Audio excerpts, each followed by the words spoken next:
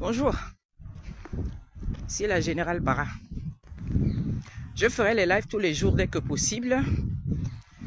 Alors, ce matin, je voudrais d'abord m'adresser à la famille de notre Amazone, la digne fille du Gabon,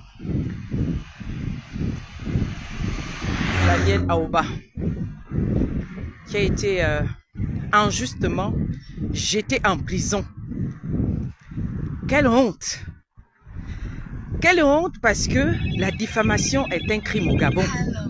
Mais les criminels les criminels financiers, les criminels de sang, eux, ils circulent librement au Gabon. Mais notre Amazone, qui s'est défendue, qui a dit qu'elle n'était pas d'accord que son nom se retrouve sur une liste chez les marabouts. Et c'est elle qui est la victime. Elle n'a pas le droit de se plaindre. Aujourd'hui au Gabon, il ne faut pas dire non lorsque tu n'es pas d'accord avec quelque chose qui te touche directement. Donc, je voudrais que si quelqu'un connaît les membres de la famille de notre Amazone, puisse me faire signe parce que son téléphone ne passe plus. Son téléphone ne passe plus. J'ai besoin de discuter, d'encourager les membres de sa famille. Nous, les Amazones, nous voulons être en contact permanent avec sa famille pour les encourager. Oui, ce combat se mène. Nous aussi, nous sommes là. Nous n'allons pas la lâcher. Il est inadmissible qu'on jette une mère, une grand-mère en prison, soi-disant pour diffamation. Mais Ali Bongo qui a tué les Gabonais, vie mange. Ali Bongo qui a volé, les Akombesi qui ont détourné. Beaucoup sont là, les PDG qui ont volé, on les connaît. Les PDG qui ont volé l'argent du contribuable gabonais sont là, ils ne sont pas inquiétés. Mais une femme, une mère, une grand-mère qui dit non, ne me mêlez pas à vos turpitudes diaboliques, ne me mêlez pas à vos histoires, se retrouve enfermée, se retrouve privée de liberté. Au Gabon, la diffamation est pire qu'un crime. Au Gabon, la diffamation est au-dessus du crime financier. Au Gabon, la diffamation est un crime. Oh, honte! Honte au CETRI! Honte! Honte! Oh, honte! Honte au CETRI! Honte aux amis du CETRI! Honte! Honte à Piska Koyo Nlonga, qui était sous le régime d'Ali Bongo, ministre des Affaires sociales. Elle a voulu revenir aux affaires en passant par un marabout. Mais le marabout l'a trahi. Le marabout là l'a trahi. Le marabout l'a trahi. Il y a le Dieu. Le Dieu est là. Le Dieu est là. Et c'est ce qui a fait réagir notre Amazone. C'est ce qui a fait réagir notre compatriote. Notre compatriote, n'oubliez pas, est activiste. Notre compatriote, n'oubliez pas que c'est elle qui a dénoncé l'affaire d'Ismaël Zé, un enfant de 16 ans qui avait été torturé en cellule à Mekambo et a trouvé la mort suite à cette torture. Elle était la seule Gabonaise à se lever au pays. Elle a porté le pagne. Elle a crié. Elle a dit stop. Tu ne touches pas mon enfant. Ça suffit. Où était Priska Nlonga? Priska Nlonga aujourd'hui qui dit qu'on l'a diffamé. Mais c'est toi qui es parti au Cameroun chez ta belle famille. C'est toi qui entretiens des rapports de fétiche avec ton féticheur.